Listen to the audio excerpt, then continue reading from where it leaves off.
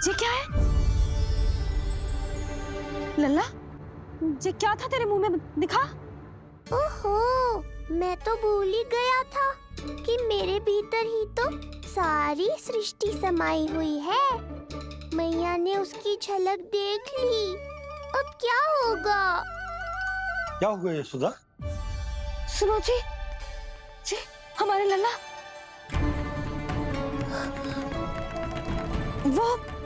वो इसके मुंह में। क्या?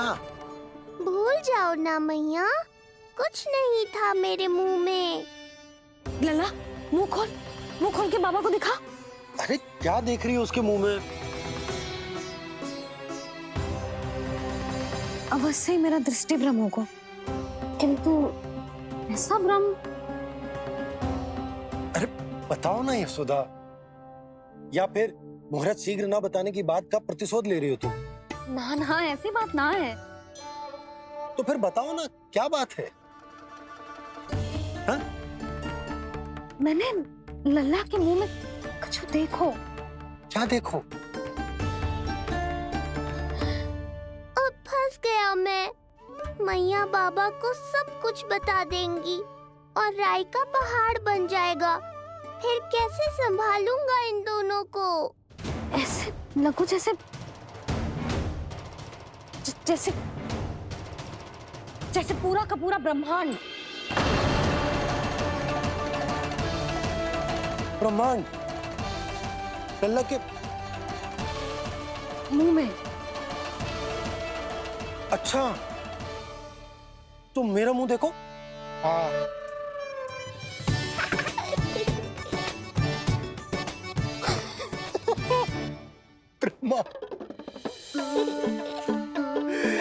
यशोदा, मुझे पता था आप मेरा उपहास उड़ाओगे। अरे नहीं, तुम देखो तो सही।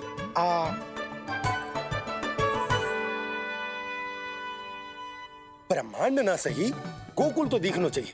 अरे गोकुल को राजा हूं मैं, है कि ना? है? देखो, अरे देखो। धन्यवाद बाबा, आपने इस बात को गंभीरता से नहीं लिया, इसलिए अब मैया भी नहीं लेंगी। आज तो बचा लिया आपने। आज के बाद ना आपको कुछ बताऊंगी ही ना। आप जाओ, नामकरण उत्सव की तैयारी करो। और हाँ, इस बार भी उत्सव छोटा ही करना है, जो तो मत ही बोलना आप। हाँ। अब इसे कैसे समझाऊं कि हम कोई भी उत्सव बड़ा ना कर सकते? व्यर्थ ही कंस की दृष्टि पड़ जाएगी हम पर।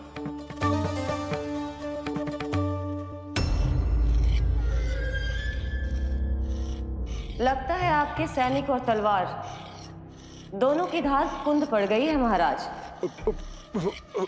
महाराज, मुझे भय था कि कहीं ऋषि गर्ग मुझे श्राप ना दे दे।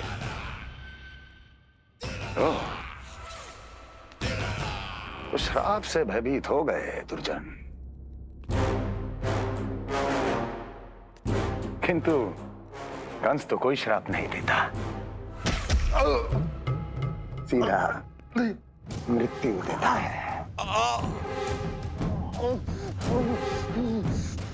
ऐसा न करे महाराज, दया करे, दया निदान। यदि मैं उनकी इच्छा के विरुद्ध भीतर जाने की कोशिश करता तो जितनी सूचना मुझे मिली है उतनी भी नहीं ला पाता। तब आपको कैसे पता चलता महाराज कि आपकी बहन और बहनोई मात्र अपनी मृत संतानों के श्राद्ध के लिए वहां नहीं गए थे?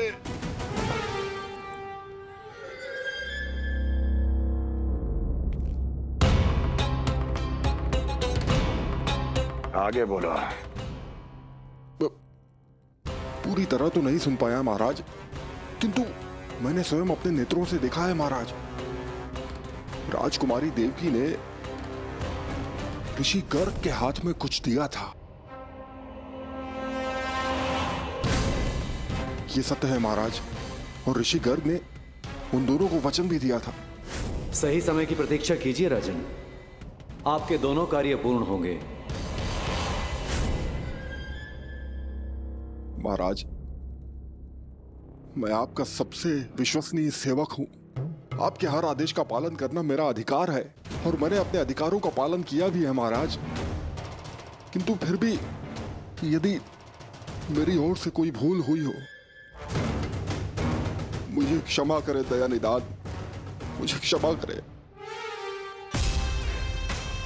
इसका अर्थ है कि उत्कच सही कह रहा था। वो दोनों अवश्य ही कोई ना कोई षड्यंत्र रच रहे हैं मेरे विरुद्ध।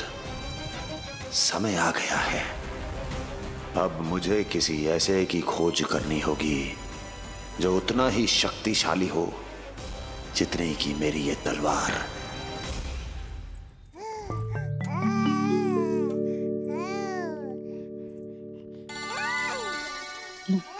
अभी से पुकारने लगो जी, अभी तो आई हूँ रसोई में।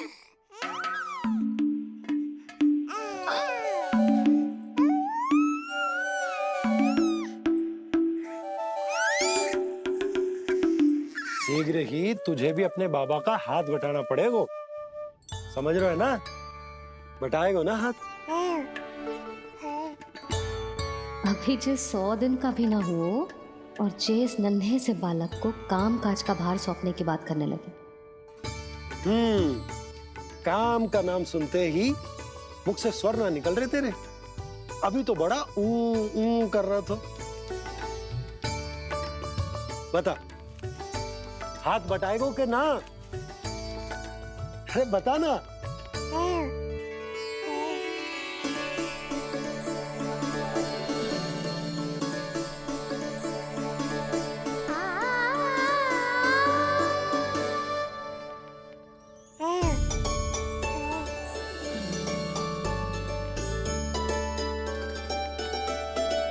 कल तू पूरा 100 दिन को हो जाएगा लल्ला। पंडित जी आएंगे, तुझे नया नाम मिलेगा। देखो तो मन में तो इनके भी कितना उत्साह भरो है, बस दृष्टि में मैं ही आती हूँ। और कल तुझे वो नाम मिलेगा लल्ला जिससे पूरा संसार तुझे पहचानेगा।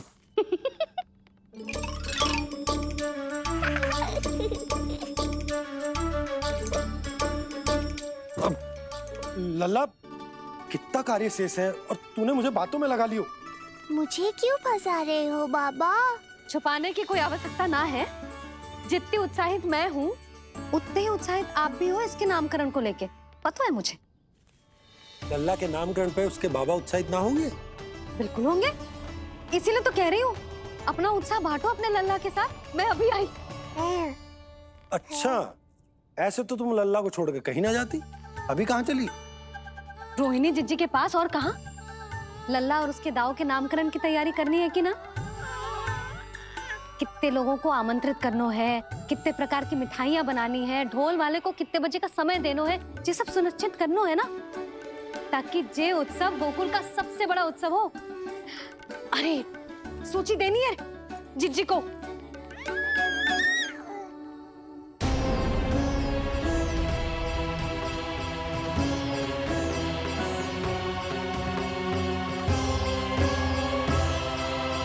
सबकी कोई आवश्यकता ना है।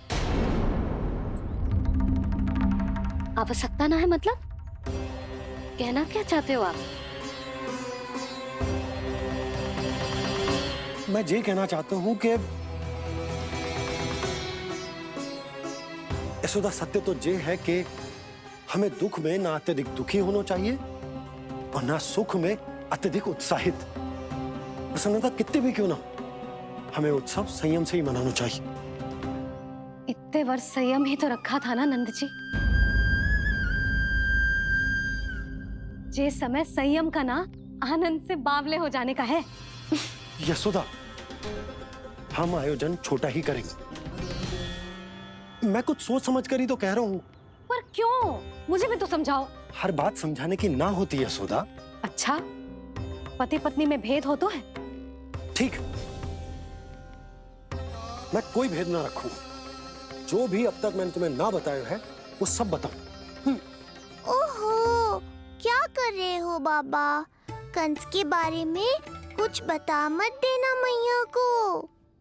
वो मंगला है ना, उसने आज शाम को ही बछड़ा दियो और भाद्रपद का मास लगभग बीतने को ही है, तो धीरे धीरे शरद ऋतु आ जाएगी।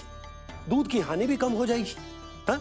और वो सरजू है ना, उसको बैद जी ने पूरे पखवाड़े का विश्राम के लिए कहा है। क्यों? क्योंकि वो ठाट से गिर गए थे और गिरते समय उसे भीतरी चोट लग गई थी। अरे और... बस बस बस, ये सब मुझे क्यों बता रहे हो? इसका नामकरण से क्या संबंध? तुम्ही ने तो कही ना कि पति पत्नी के बीच में कोई भेद ना होता। तो मुझे जो भी बात पता है मैं तुम्हें बताऊंगा। कितनी समझदारी से बात बदल देते हो आप, और भोली भाली मैं आपकी बातों में आ जाती हूँ और इस सब में असली बात तो रह ही जाती है। किंतु आज बात मेरे लल्ला की है। उत्सव तो विशाल ही होगा और इस बारे में कछु और ना सुनूंगी मैं। आप लल्ला का ध्यान रखो, मैं जा रही हूँ रोहिणी जीजी के पास। यशोदा,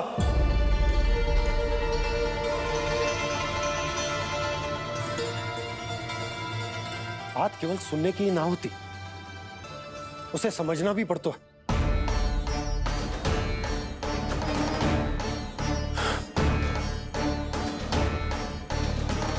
विश्वास है ना मुझ पर?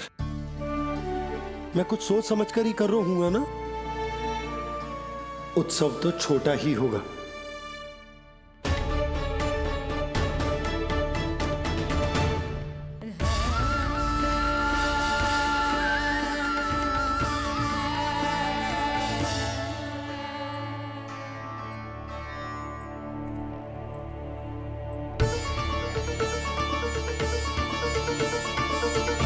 क्षमा करना लल्ला, तेरी मैया को डांटना पड़ गया।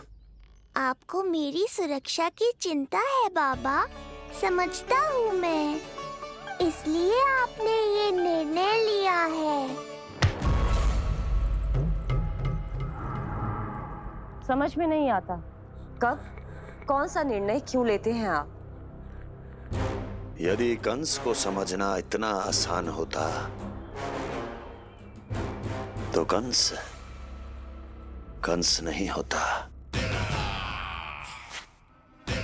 ये नया सिंहासन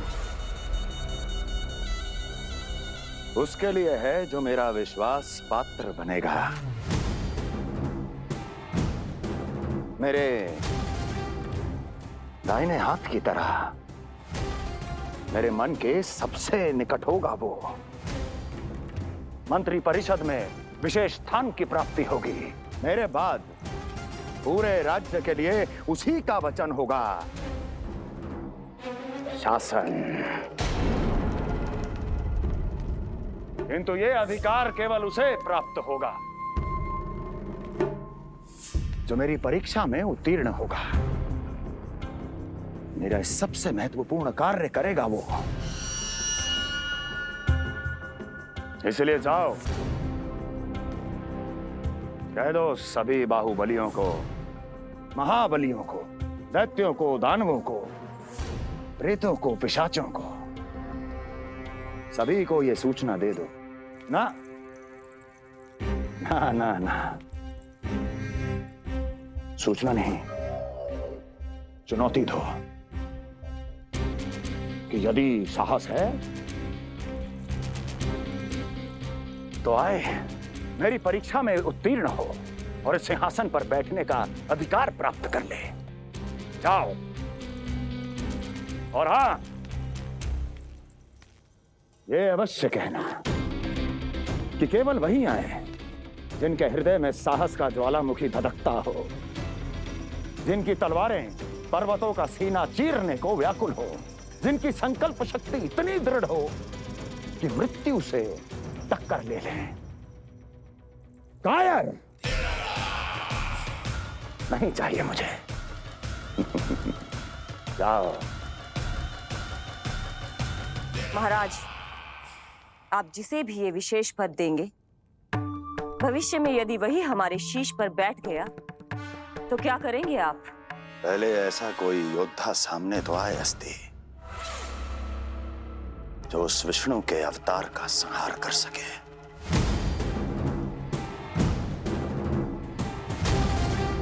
और जहां तक प्रश्न है हमारे शीश पर बैठने का, तो स्मरण रखो अस्ति, कंस को अच्छी तरह आता है ऐसे दुस्साहसियों को बीच दरबार में खड़ा करके अपनी उंगलियों के संकेत पर नृत्य करवाना। ता दीर्घ ता। और अपना कार्य सिद्ध होने के बाद उनके तन से उनके शीश को उतारना कंस को भली भांति आता है।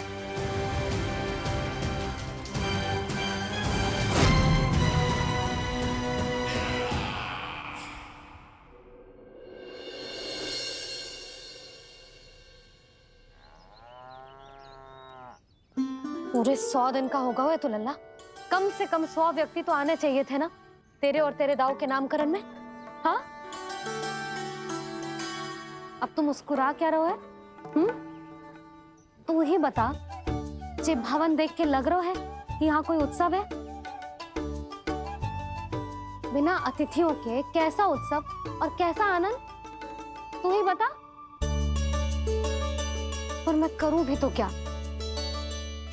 पता है लल्ला, मुझे तो लग रहा है तेरे बाबा ना कंजूस होगा है। नहीं तो भला और क्या समस्या हो सकती है उन्हें बड़े आयोजन से? अरे गोकुल के राजा का लल्ला है तू, राजकुमार। यदि तेरा आयोजन बड़ा ना होगो तो भला किसका होगो?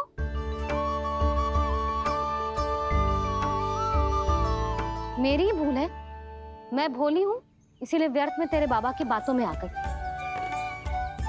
मैं भोली हूं ना, व्यर्थ में उनका कहा मान गई। किंतु अब ना मैं कोई मांग रखूंगी, ना मैं उनसे बात करूंगी। और कहे देती हूँ लल्ला, सावधान जो इस बार तू बीच में आया तो। हाँ नहीं तो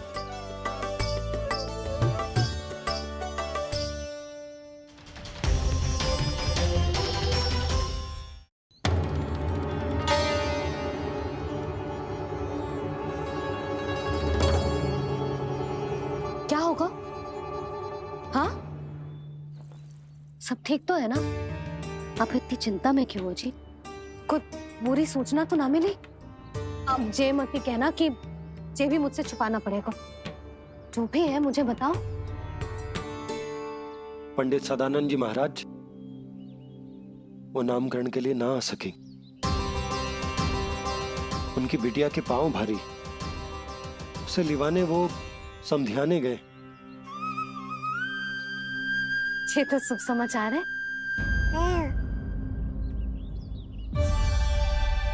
किंतु मेरे लल्ला का नामकरण अब वो सही मुहूर्त पे कैसे होगा? वही तो समझ ना आ रहा। ऐसे मन छोटा करने की आवश्यकता नहीं है मैया बाबा। आप दोनों तो स्वागत की तैयारी करो, आ रहे हैं वो।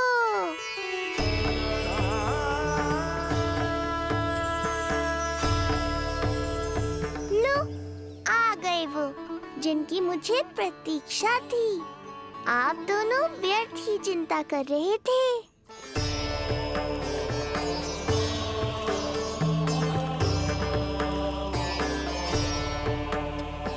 अब कौन करेगा मेरे लल्ला का नामकरण? ऋषि गर्ग, नंदराज, रानी भाभी, महान ऋषि गर्ग हमारे गांव में पधारे हैं।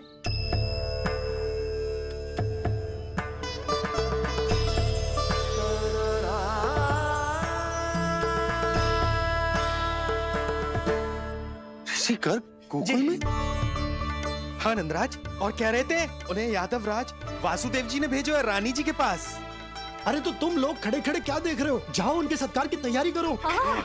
जी यशोदा, उनके स्वागत की तैयारी करो। सुनो जी, वो तो यादवों के कुलगुरु है ना, रोहिणी जीजी के यहाँ आए हैं, हमारे यहाँ आएंगे। आप देखती जाओ मैया, वो सीधे हमारे घर ही आएंगे।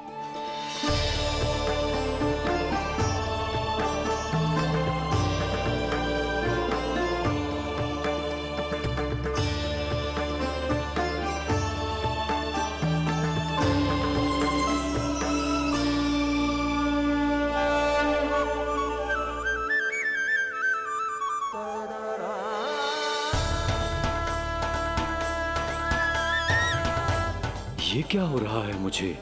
मैं उस भवन की ओर क्यों बढ़ा जा रहा हूँ? क्योंकि आपके यहाँ आने से ही मेरी मैया बाबा की चिंता समाप्त होगी ऋषिवर। ये बात तो मैं न जानता, परंतु मुझे जाकर उनको स्वागत करना चाहिए।